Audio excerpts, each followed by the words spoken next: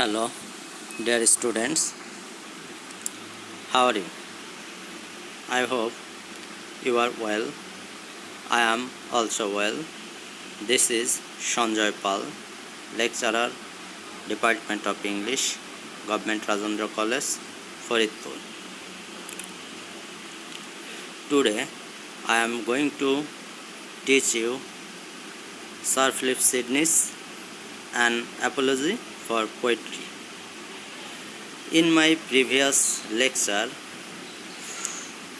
I discussed about Sir Philip Sidney's biography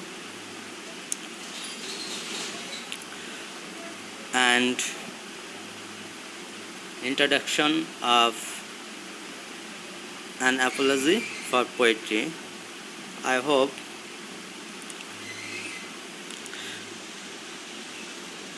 you tried to realize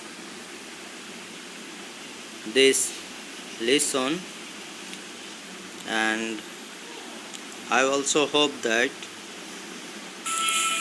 you note down the important things. Today I am going to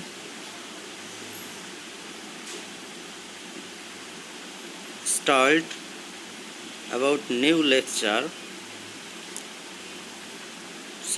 about new session, and I discussed those things in my previous lecture, and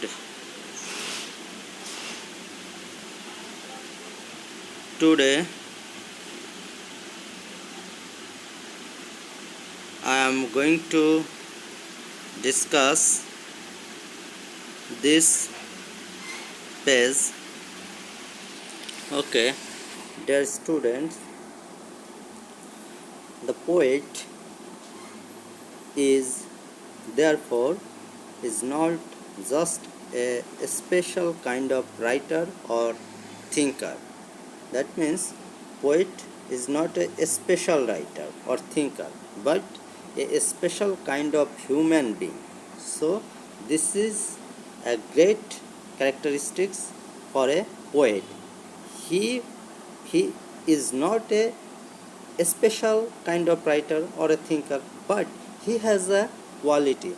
This quality is he is a special kind of human being, one who has access to uncorrupted nature, and he has also another characteristics. This is uncorrupted nature. So we find two things: one is a special kind of human being, another uncorrupted nature. So we think that poet is not a special kind of writer or thinker. Okay, God, the heavenly maker of the maker. We know that God is the creator. So in this line, God, the heavenly maker of the maker, created people in his likeness. God creates us only his wish. So God is the maker of the maker. But Sidney argues God set the poet beyond and over all the works in his creation. This is clear when, with the force of a divine breath, he means the poet, brings things forth surprising her doing. So God creates us, and it his divine power. He is the maker of the maker. And Sidney says that the poet has these types of quality. Poet creates something in his likeness, in his own purpose. The poet's imagination is an example. The poet's imagination is an example of our erected wit, which makes us know what perfection is. And God knows the perfection, and poet also knows what perfection is, even if our infected will keep us from reaching unto it. All the sciences and poetry in particular help to draw us to a high perfection as our degenerate souls. So, in science or and poetry in particular help to draw us to a high a perfection as our degenerate souls, made worse by their gay lodgings, can be capable of poetry. Then is something holy, and the poet is not just a writer, but something closer to priest or even a prophet. This line is very important because we start this types of line. That means poet is not a special kind of writer or thinker, but a special kind of human being. The last line we find this: the poet is not just a writer, but something special. This is which is special? He is closer to a priest or even a prophet. So he is compared with priest or a prophet. Okay, I hope dear students you can realize. Okay,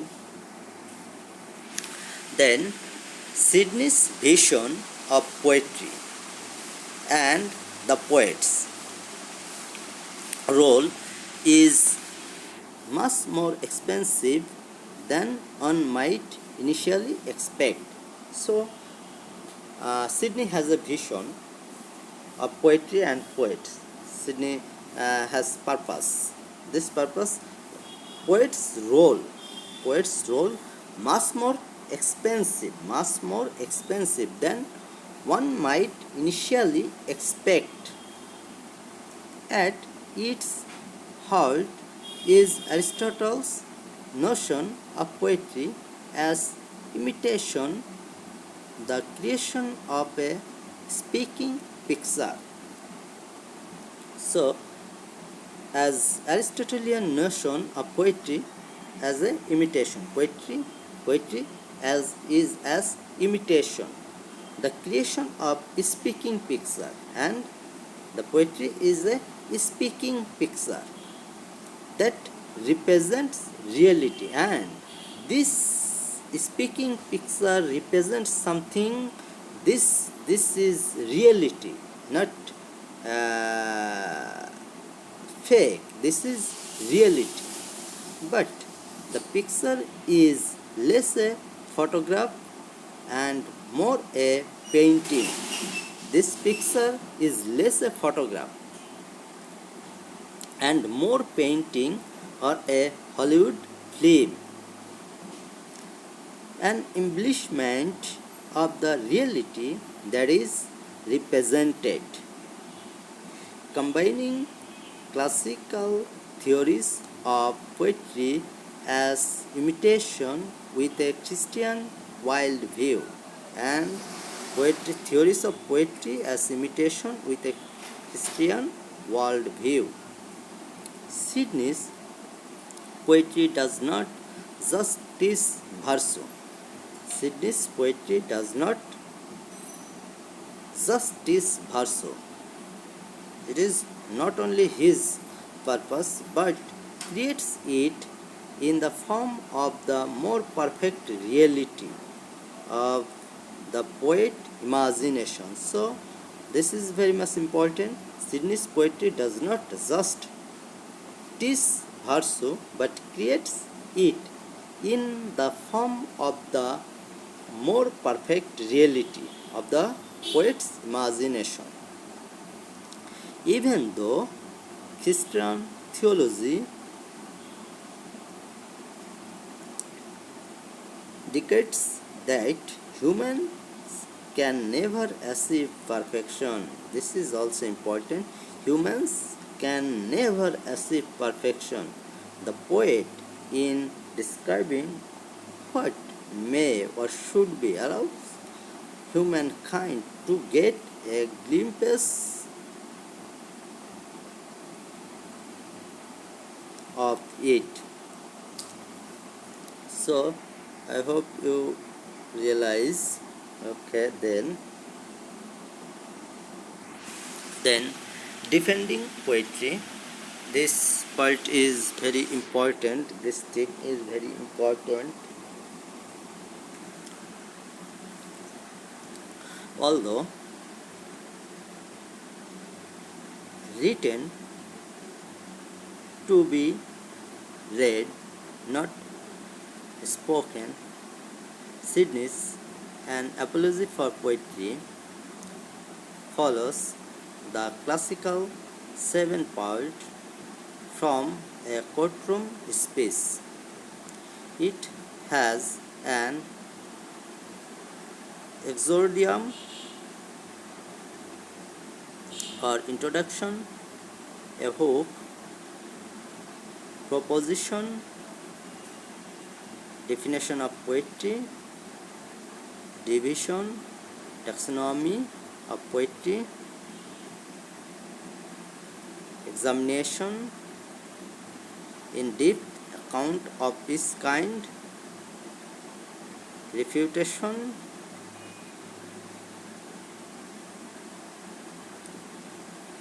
recognized,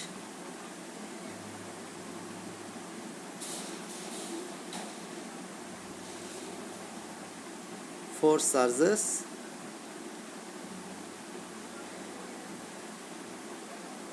pre-erosion,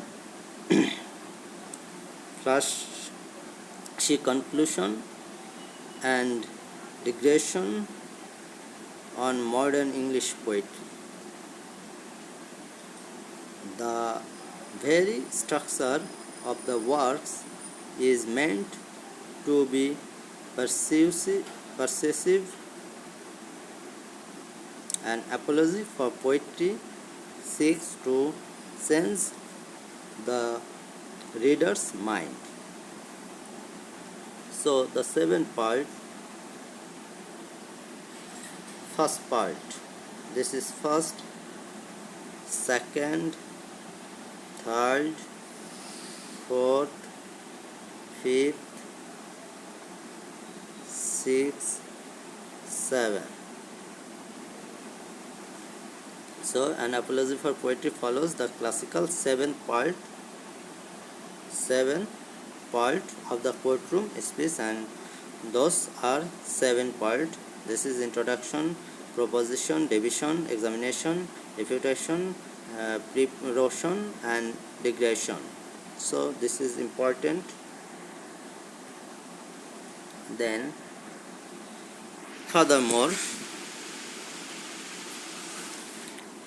the forensic space was a commonplace of Renaissance, humanist education, and thus reflects Sidney's social standing as well as the class of his leadership. The book was intended for the highly educated and immersed from the culture of the court.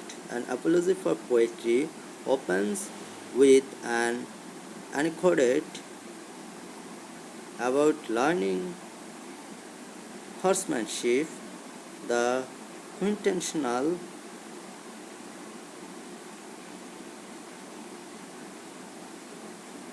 activity of the aristocrat in the court of the Holy Roman Europe, Emperor. The instructor taught not only the art of riding, the instructor taught not only art of riding, but also sought to induce our mind. This is important because poetry does not teach us, but gives us enjoyment or refreshment with the contemplation of the activity. The riding instructor is a figure of Sidney himself. Find it. Who will not teach the reader? Sidney does not want to teach his reader. Who will not teach the reader to write poetry, but to appreciate its place in the broader scheme of the art? So, Sidney wants his reader not to teach, but to write poetry, but to appreciate and Sidney also does not Sidney thinks that poetry does not teach only, but it gives refreshment. It increases reader's knowledge. Okay, then if the implied defendant of an apology for poetry is poetry itself and the impelled jury is the reader, then the impelled of plaintiffs are Sidney's fellow Elizabethan intellectuals who, through malice or misunderstanding, do not accord poetry the respect it deserves.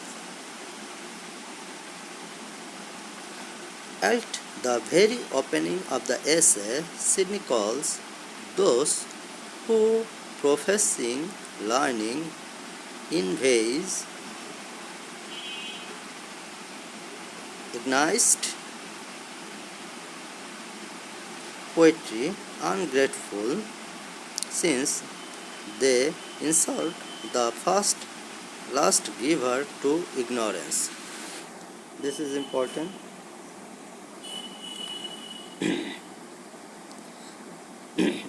They insult the first light giver. Sidney says that poetry is the first light giver to ignorance. The first nurses who milk by little enabled them to feed afterwards of tougher knowledge. In other words, their humanist educations probably consisted largely of reading and analyzing poetry.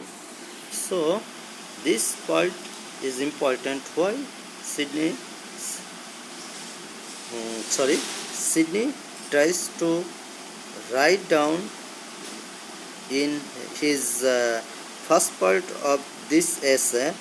He says that insulting poetry. But poetry is the first light giver and first nurse And this is also important. First nurses whose milk by little and little enabled them to feed afterwards of proper knowledge. So today I want to finish my lecture from in this slide. I hope dear students try to realize this essay and also try to note down something, and I hope that if you uh, take some point from this those slides, I hope you write better in your examination.